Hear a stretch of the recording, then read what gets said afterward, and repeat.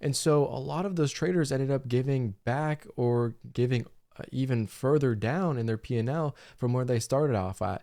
And I think that is a testament to a little bit of inexperience in the market and something that I had to get over as well. So I upload all my recaps, the entire month coming in from this month here. I'm going to pull it up. So this entire month, I was able to, recap every single one of my trades from start to finish. Today finishing up on a small red day here, but continuing to do well in the market. And so at the beginning of the month, I made this video of sitting down in a drawdown, and I said there was going to be a couple of different techniques that I'm going to use, 3 specific, to be able to get myself out of this drawdown and back to where it was. And so coming into a later picture of this month now, I'm sitting green on the month. I was able to recover that loss plus some, and now starting to increase my share size and becoming a little bit stronger in the market each and every day I sit down. And so at the start of the month, this is what it looked like. I took $186 loss consecutively here. My profit to loss ratio was just under 1-to-1. And then I also had accuracy of 40%. So I said a couple different things that I was going to do in the market. One, I was going to be able to hold a little bit longer and increase my profit to loss ratio. So I'd have it increase winning. My accuracy would go up because I'm only looking to take the highest quality opportunities. And then I would also like to start moving towards P&L by decreasing my share size, getting these small base hits, and then slowly building up. And I think a lot of traders, if I pull up a paint software here, I think a lot of traders come into the market, and let's say this is zero profit. And that's the line of profitability here. A lot of traders chop around in this range before a hot market picks up, and they really feel like they know what they're doing before finally taking a loss, and then their emotions get hit. This is the part of the market where it starts to check your emotions out, and you really need to figure out whether it's a strategy error or it's just a market cooling down, and you need to take your foot off the throttle a little bit. And so what happens is another trader will take an even bigger loss through a revenge, and before you know it, they give back everything and even more potentially throughout their trading. And I think that has to do with a little bit of oversizing in a colder market and not knowing when they need to be able to take their foot off the gas. And so this comes into with emotional trading, like revenge or over trading certain stocks, and then you're really forcing trades and pushing it too far. And so I was able to catch myself in a period where I was on a little bit of a drawdown and curl back up. And that's one of the hardest things to do as a beginner trader, is when I found out that it's really hard to recover from a loss because your emotions and you're losing confidence. I mean, confidence is a huge part in the market that we talk about very often, and being able to be confident in one of your setups is largely important. So let's look at what happened after the fact. I was able to get my accuracy up slightly. Obviously it took a little bit of a downturn from the start of the month. I was able to get it up 10% higher, which with a profit to loss ratio of 14-to-12. So a higher profit to loss ratio, pulling in, over $200 of profit coming in to the end of this month, which is really good as a, aspiring trader looking to bounce back from taking losses previously. This is my 4th green month in a row, and I'm starting to increase my share size. So instead of having, a $50 month to $100 month to $150 month, now I can have $200, $300, $400. Before you know it, I'll hopefully be in the thousands. And so this is the recovery P&L, what it looks like. A little bit of a drawdown here, slowly recovery, curl back through.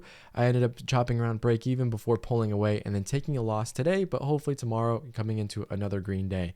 And so if we look at the overview and the entire picture of what January looked like, I started off January with a red week before picking it back up and only having at least one day red throughout the entire weeks of January, which is amazing. And so I wanted to go over what are the steps that I took, coming from the previous video that I made from this drawdown.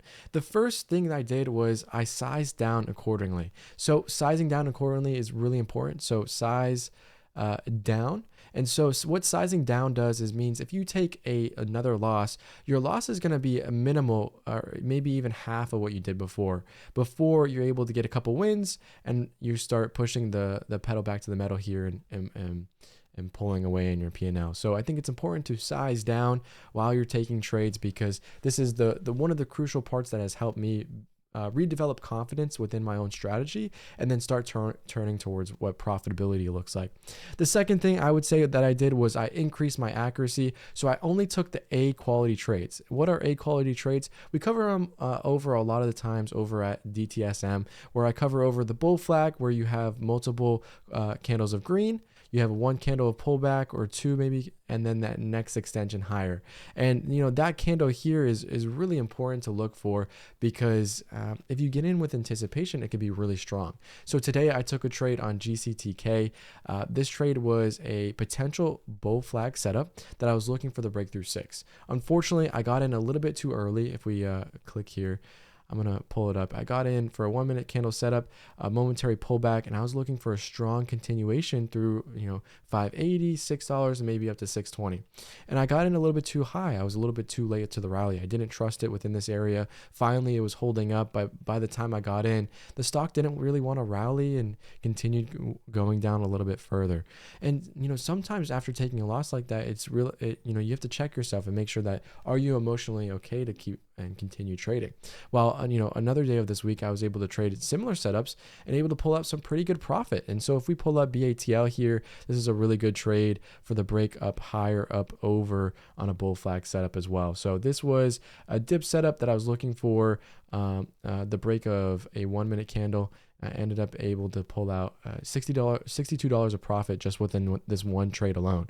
So I added in this area, I took some profit, I added back looking for a squeeze, and I wasn't able to pull out the entire move, but I was able to capture only a little bit portion before taking another win later on during this day. And so if we go back here and really look at the trades from that one day coming into this morning, here, I took a couple different losses. My accuracy was suffered, but my profit to loss ratio was really high. So my winners were very large compared to my losers. And that helped me out significantly during this period, where my average winning trade, the days that I pushed it a little bit further, were a lot larger, especially like a $153 day here coming in January, which was a breakthrough on a 7 a.m. squeeze.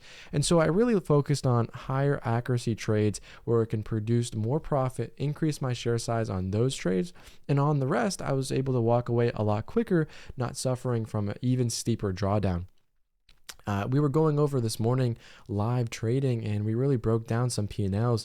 And one of the biggest things that I saw out of traders was the fact that only a couple of days, if you really dissected your P&L, there was maybe 1 or 2 days that really affected your overall profitability on the month.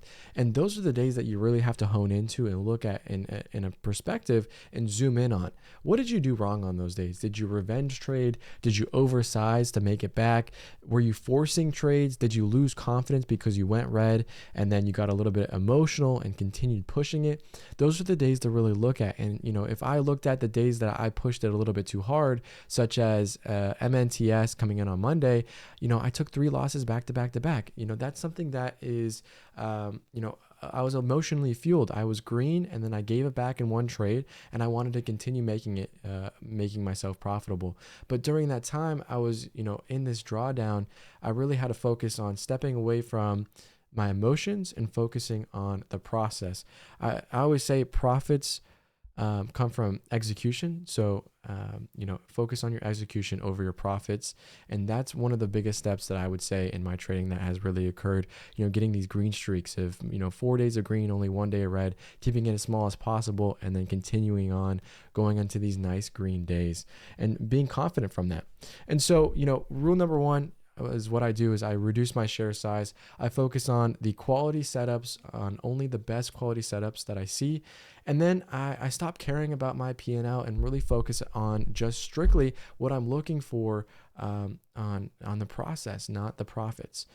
And so, combining all 3 of those together really increase the likelihood of you recovering from the drawdown. And this is a testament that I have able to build up over and over again as I start increasing my profitability mark here, which has, if I decrease the filter and I go to the detailed reports here and I go to my win-loss expectation, I was able to recover from multiple drawdowns now instead of continuing the spiral of going lower and lower and lower.